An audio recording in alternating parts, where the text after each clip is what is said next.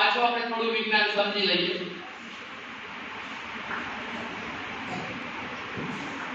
પ્રયોગનું નામ છે નાળિયેરમાંથી કંકુ, ચોખા, અબીલ, ગુલાબ, માતાજીની મૂર્તિ, ચપટુ, કોટા જે બી કાઢવું છે.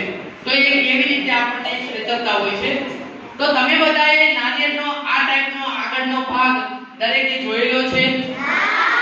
અહીં આપણે એવું કહેતા હોઈએ છીએ કે માતાજીની 3 આંખો અથવા નાળિયેરની 3 આંખો એવું આપણે કહેતા હોઈએ છીએ. પણ આટલો ભાગ નાળિયેરમાં પોલો હોય. કેવો હોય? પોચો. જેને આપણે નાળિયેર કાચું હોય ત્યારે આવી રીતે ખોતરીએ એટલે આવો હોલ થઈ જાય. શું થાય? હોલ. અને પછી તમે આવી રીતે ધીમે ધીમે એકદમ આરામથી સૂયાનો ઉપયોગ કરી દેખાય છે બાળકો? આરામથી આવી રીતે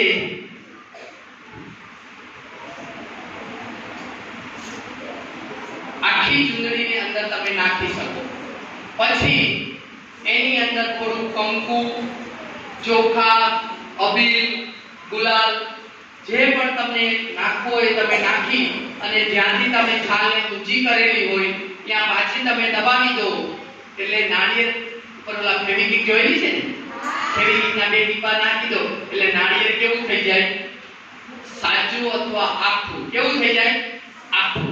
અને પછી જે બી આવા વિધિ કરતા હોય એ 2 વ્યક્તિ હોય. કેટલા વ્યક્તિ હોય? એક બની જાય ભૂવો અને એક બની જાય દુકાનદાર.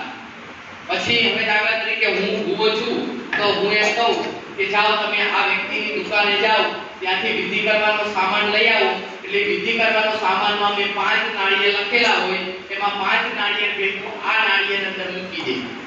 જે ટેકનિકથી પહેલેથી નાખેલું હોય એ અંદર મૂકી દે અને ત્યાં એક નિશાની કરી નાખે. જે નિશાની કરી અને નાળિયેર 5 નાળિયેર ભેગું મૂકે એટલે વ્યક્તિને ખબર પડી જાય કે આ નાળિયેરનો ઉપયોગ આપણે કરવાનો છે.